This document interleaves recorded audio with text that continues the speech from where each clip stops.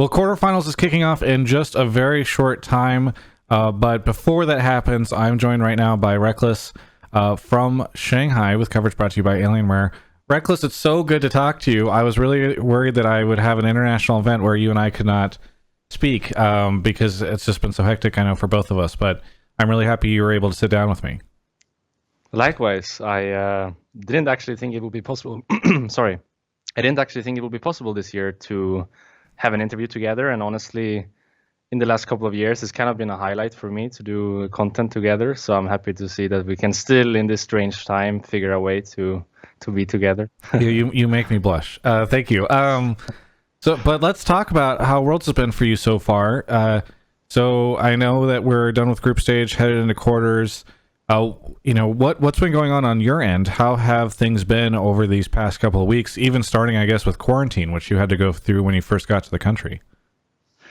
Very crazy. Honestly, I played, we played, I guess, the finals on a Sunday, I think, and then we flew out Tuesday morning to be in quarantine for 2 weeks, and then eventually after that play Worlds a couple of weeks later. So it's been hectic, not in the usual way where there's a lot of things going on at once, but just a lot of time and a lot of effort put behind the scenes, I would say, from everyone, not just from players, but from Riot as well, to make sure this runs smoothly and safe for everyone. So I think it's a different experience, but it's still a Worlds vibe, you know. So you still love the games, love the energy that everyone puts into it. So I think it's all in all a very good experience and similar to the other ones still.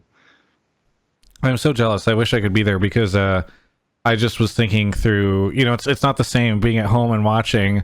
And you're right, there is a Worlds vibe, you know, seeing everybody hanging out at the hotel and like the shuttles and just the general kind of like there's this thing where everybody's really happy to be there, and yet everyone is like also in kind of serious mode as we're all working as hard as we can. You probably more than most of the non-players. So I do miss it a lot. Those first couple of weeks of quarantine, what was that experience like for you? Because I've heard some people handled it a little better than others. For me, it was actually a really good experience, I think. I was kind of worried at first that it would be too much time on my own. So too much time with my own thoughts and perhaps just maybe feeling too lonely. I'm not sure. But honestly, it was actually a good experience for me. I felt like I got to deal with some stuff that I would normally just push away, because normally I'm always so busy with something. But when you're stuck in your own room for 14 days, it's a lot of time to think about life. So I actually think it was a very needed time for me to realize what is my life today. Like when I'm 24, I guess I turned 24 in quarantine as well. Like what I want to do here at Worlds, what I want to achieve here. It's an experience I think I would actually like to do again. I know it's probably never going to happen, but I felt like it grounded me a little bit and made me realize, what I want to do now with my life. Now that I'm 24 here in a good, I guess a good time of just everything. I know it's a strange year and not everyone's having the best time of their life, but for me, it's still a world championship. I still want to perform my very best, and I felt like the quarantine kind of made me realize that. It's interesting. I feel like most people right before a major international event, world championship that they're competing in, would not be like, and now I will enjoy spending 14 days trapped in my own mind, considering my own future and my plans and my goals and all that stuff. But for you, it sounds like this was a good opportunity. Yeah, I feel like I'm a very good person at being on my own, so it didn't really hurt me in the sense that I got to go through all of these thoughts. But I think for some it could be perhaps too much time on their own. I can imagine for people who need others to go through their day, it can be a very difficult experience. So I think I was actually probably one of the lucky ones, and I don't want to like set a tone on how it was for everyone. This is just my experience. I'm sure everyone else has their own story of how it was. Yeah. Well, this is the first time that you and I have had a chance to talk this year. So maybe you can give me an idea. You know, I've been interviewing you on Fnatic for so long. What is this Fnatic like compared to some of the other iterations that you've been on and that I've interviewed you with?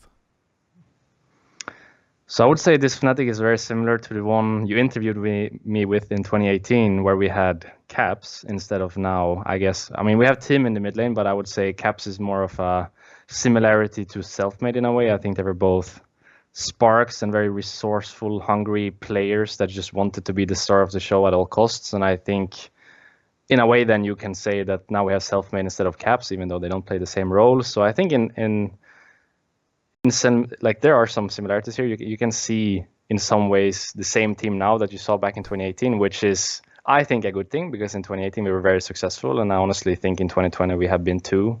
I know we didn't win anything in spring or summer, and not yet here at Worlds, but I think just the fact that we were contesting with G2 in Europe, and we are now contesting here at the World Championship, speaks for itself. We are a good team and we are good players, so it's a good year for me, I would say. It feels very similar to the one in 2018 where you interviewed me. Yeah.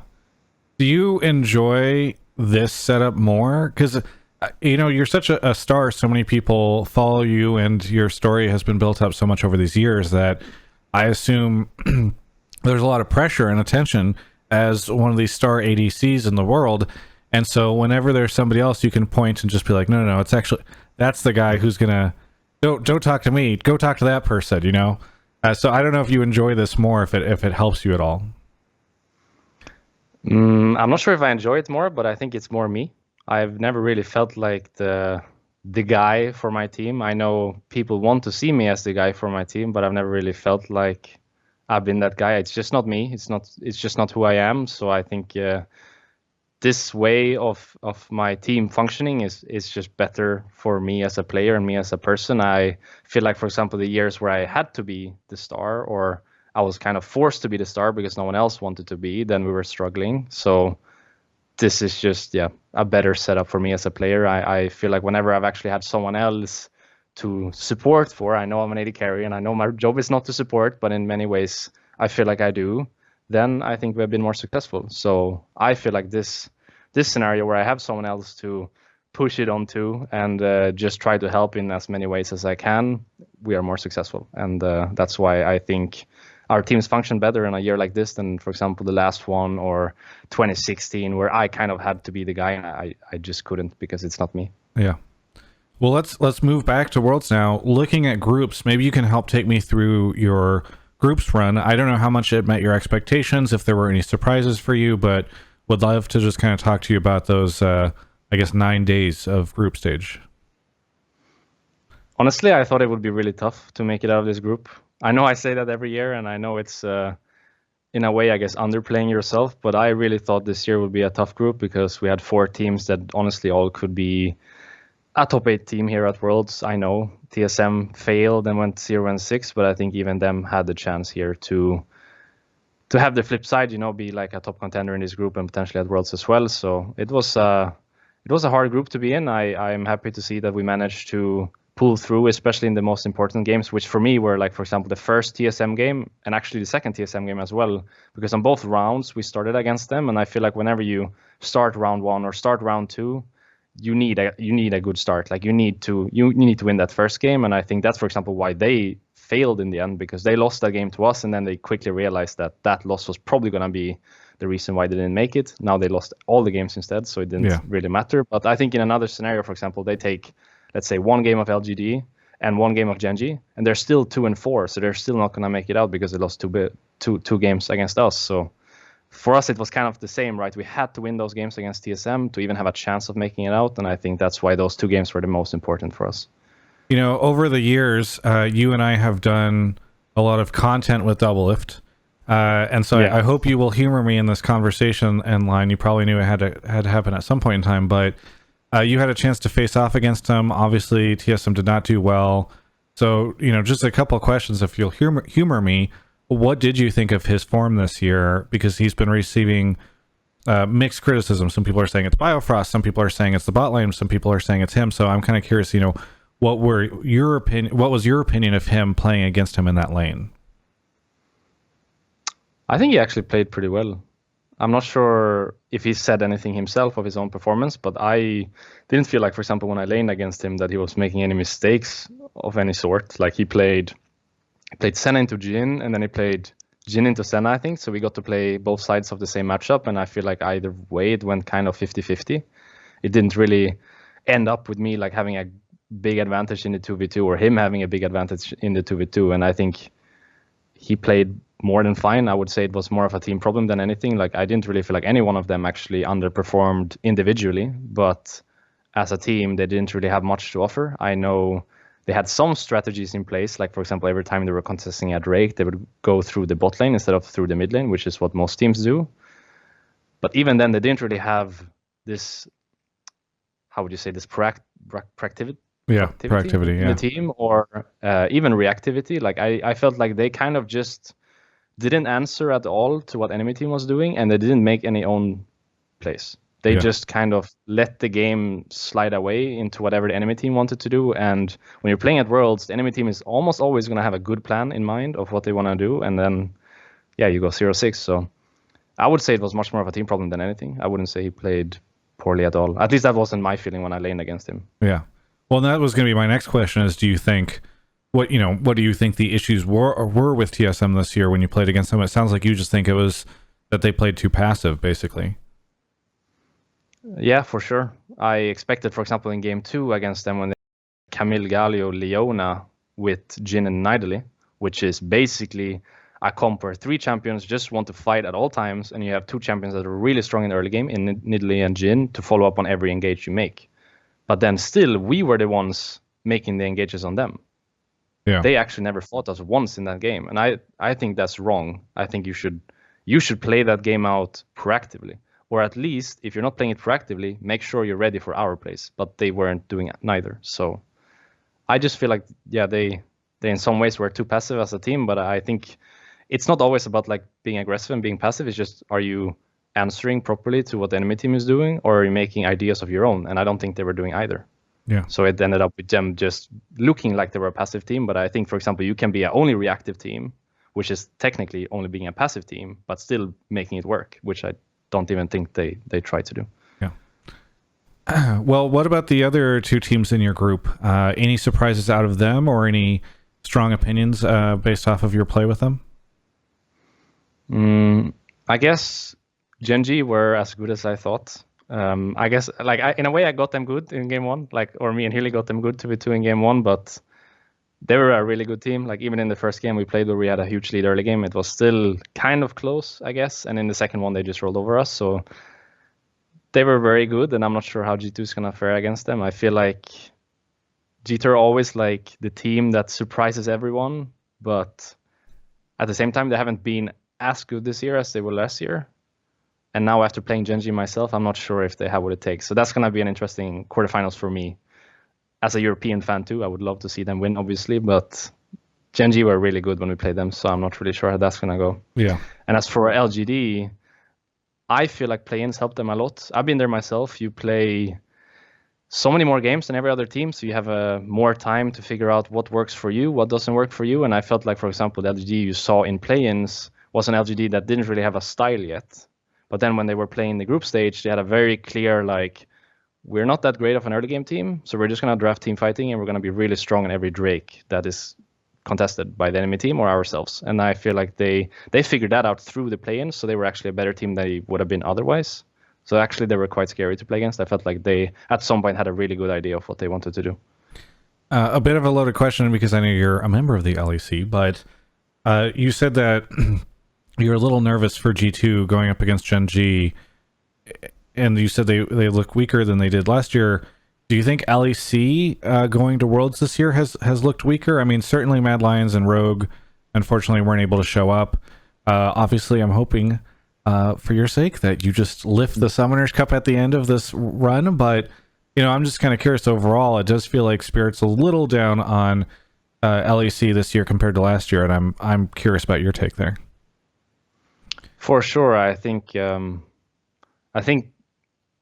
we kind of stopped improving at some point during this year. We were kind of just looking for the wins instead. Like we kind of failed like miserably in the beginning of summer, and then we had to play the remaining of summer out just trying to get the wins on the board rather than looking to improve. So I think we didn't reach as far as we could have during the summer. I think we caught up a lot now during Worlds when we had more time to figure out our stuff. But for G2, I'm not really sure what happened. I think maybe the whole quarantine situation, sorry, not the quarantine situation, the COVID situation was hard for them. I feel like they've had troubles in the past as well, like finding the motivation to keep going. I can understand, because when you're the winning team, it's hard to find something to push you every single day. But when you're a team that is not winning, like ourselves, it's very easy to find the motivation every day, because that is G2 for us. Yeah. So I can imagine the COVID situation was really hard for them, because not only could they not play on stage anymore, which might have been like the only motivation they had, but also MSI was cancelled, for example, which would have been a banger for them now that they won the spring split. So I feel like they kind of missed out on a lot of potential motivational boosts that they would have had otherwise throughout the year.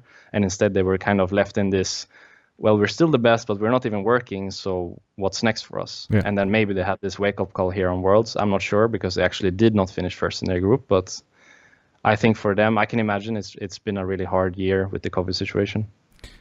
I'm kind of confused by what you're saying, because when I read on social media, it feels like fans think that players should just choose to be motivated. So why don't G2 just choose to be motivated, Rekkles? They just wake up in the morning choosing to feel mega motivated. I mean, you can always push yourself. Like, even if you're not feeling playing 14 hours a day, you can play 14 hours a day. But I think it's different when it comes from within rather from the outside. Or how can I explain this? Like, basically when it's as like something, as you said, you wake up with it in the morning, or you just kind of sit there and play. It's two very different mindsets, I think, and it's hard to force that. I would say, like for example, in my case, I've realized over the years that I play my best games in front of a crowd when the stakes are incredibly high, because then it comes from within for me. But I don't play as well when we have a COVID situation and official games are played from home, and I can't really have this anymore. So I think it's very different. Even though you still play the same game, you can still play the same amount of hours, probably even try to learn as much. But when it's not coming from within, and when it's coming from like you having to force yourself, I think it's a different kind of energy that it's hard to force. Yeah, I think it has to come from within. Well, are you missing a bit of a boost this year because there's no audience? For sure. I think a crowd would be like helping me out a lot. So a finals here would be amazing, because that would be the first crowd since the outbreak back in March. But I think the stage helped me a lot, actually. I felt already when I was sitting on stage, even without a crowd, that it was helping me play a lot better. So I still feel like I have some sort of boost here. Also, it helps when you're, as you mentioned a little bit earlier, I think this might have been 20 minutes ago, but the whole atmosphere when you come to Worlds, you're at the hotel, you have the shuttles every day, like it gives you a boost. You feel pumped up when you go there to play the games. It's a very different vibe than when you go to your own office back in Europe and you play an LEC game in week 6 or 7 that no one's probably gonna remember anyways at the end of the year. Rather than when you go live in a hotel with every other pro player there is here at the tournament, you take the shuttles together, you come to the venue, you have the suspense before the game, you walk up there on stage, you plug in your stuff. Like, that's a pump right there. That's an esport pump right there, or a gamer pump right there. So it's different. It still helps me, but I can imagine a crowd would even do more. Well, looking forward to your game against Top. Did you have a chance to go talk to FlyQuest before they headed to the airport and be like, hey guys, give us some tips? Actually, I have not seen them once in the hotel, which is very strange. Were they even there? We don't know. Maybe those were just cardboard cutouts on stage. No, I think the problem for me why I don't see anyone here really is because I'm I'm an early gamer. I like to wake up early and do my stuff, and I think everyone else is more of a late night gamer. So I feel like I miss out on all the meetups you could potentially have here in the hotel. But honestly, it's not a bad idea. I mean, I have some EU camaraderies in FlyQuest, so I could reach out and see what they had for their own ideas playing against Top Esports, because they did beat them once, right? And they actually looked pretty good. I must say, like, both FlyQuest and Liquid looked pretty good in the group stage. I know they faltered by one game, and normally a 3-3 might even be a tiebreaker, so it's a shame that they didn't get a chance of either. But still, actually, I think both teams looked pretty good. I was quite impressed by their mental resilience. Like 1-2 in week 1 into 2-1 in week 2 is something I've done a lot myself in the past. So I can respect their mental resilience. Yeah. Well, you can thank G2 for not giving us the tiebreaker in the TL group. True. That is true, actually. Very generous of them to just roll over. Anyway. It's a very G2 thing to do. Yes. I think we all knew what was coming whenever that ended up happening. But I mean, I think it's pretty funny that FlyQuest was able to win that match. I think a lot of people would say maybe, oh, that was just a fluke or whatever, but it is interesting, and I think hopefully will give the West a little bit of hope because everybody was hyping up top so much going into this. Speaking of that, by the way, have you had a chance to watch the Riot quarterfinals tease, like the little video they've made? I did watch the quarterfinals tease, yes, and I got very teased by JACKEYLOVE. Yes, yes. So JACKEYLOVE, for those that have not seen it yet, I think you said some words about the match, and all the players are talking about stuff, and JACKEYLOVE said basically like, "Well, I've faced off against Rekkles before, and we've seen how that goes." So I was just kind of curious what your reaction was to seeing that. If you look at that, you're like, "Ah, I'm gonna get you." Honestly, I was just more happy that he noticed me. I was afraid. I was afraid that this was a one-street rivalry between us. That he wouldn't even like pay attention to who I was, or that we even played before against each other. But I was happy to see that he noticed me. It made me feel a little better about myself. That's good. You're like, he remembers me. Like the Captain Jack Pirates of the Caribbean. Like, you're the worst pirate I've ever seen or I've ever known, but you have heard of me, kind of deal. Yeah, that's good. Are you excited for that match? Or are you looking at it and trying to, I don't know how much players get inside their own heads on this stuff, because League of Legends is obviously a team game, but whenever people hype these rivalries, I don't know if you look at it and you see that video or whatever, and you're like, okay, I got to step up. I got to show the world what I can do against this all-star ADC. I knew that already. I feel like it fuels me a little bit, obviously, to see that he's kind of challenging me in a way, but I knew already that if I wanted to win Worlds at one point or another, I would have to face JACKEYLOVE this year. So I'm up for the challenge. It's a very exciting challenge, actually, because of our 2018 situation in the finals. So it's a win-win scenario, I feel like, for me, because if I were to beat him now, not only would I then open my chances up for getting the trophy, but I would also take revenge for the trophy he got in 2018. So I love the storyline, honestly. It's a banger, and I feel very blessed to be a part of something like this. I know it's gonna be a shame, obviously, if you lose, but it's the same for them. It's just better to try to enjoy it, I think, while it lasts. Is it weird at all, or do you think at all about the fact that Worlds is going to be again in Shanghai next year? And so it's kind of like, in some sense, this Worlds obviously really matters. Everybody cares about it. And in another sense, it's like everything that happens now, there will be a repeat of it next year, in some sense. Yeah, no, it's very much a preview for sure. And I've thought about it. I think it's honestly, it's kind of cool every time it's here. I was not sure because I was only here once in 2017, right? But coming here again this year, it made me realize that it wasn't just a one-time thing. It's actually very, very cool every time it's here in China. So I'm looking forward to making it here next year again. I know I shouldn't take it for granted. It's the last thing I want to do. But if I can do play my cards right and be here again next year, that would make me very happy. I want to be respectful of any security procedures or whatever, but maybe you can tell me, are there still fans crowding the outside and screaming at you guys on the bus when they leave and all that stuff like there normally is?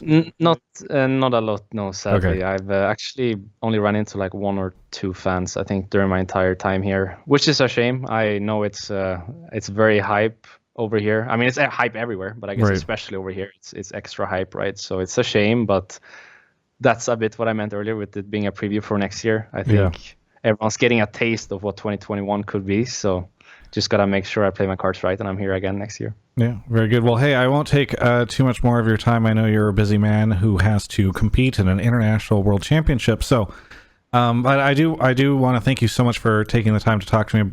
It is very, very difficult. People might not know how difficult it is to get access to pro players for interviews, especially whenever it's not a Riot interview right afterwards. So I do appreciate it. Is there anything you want to say to any of the fans out there? I would like to say thank you to you, first of all, for having me. I know I've been doing some interviews with Ashley, so I was hoping you were not going to be too worried, but I'm still here. How dare you cheat on me like that?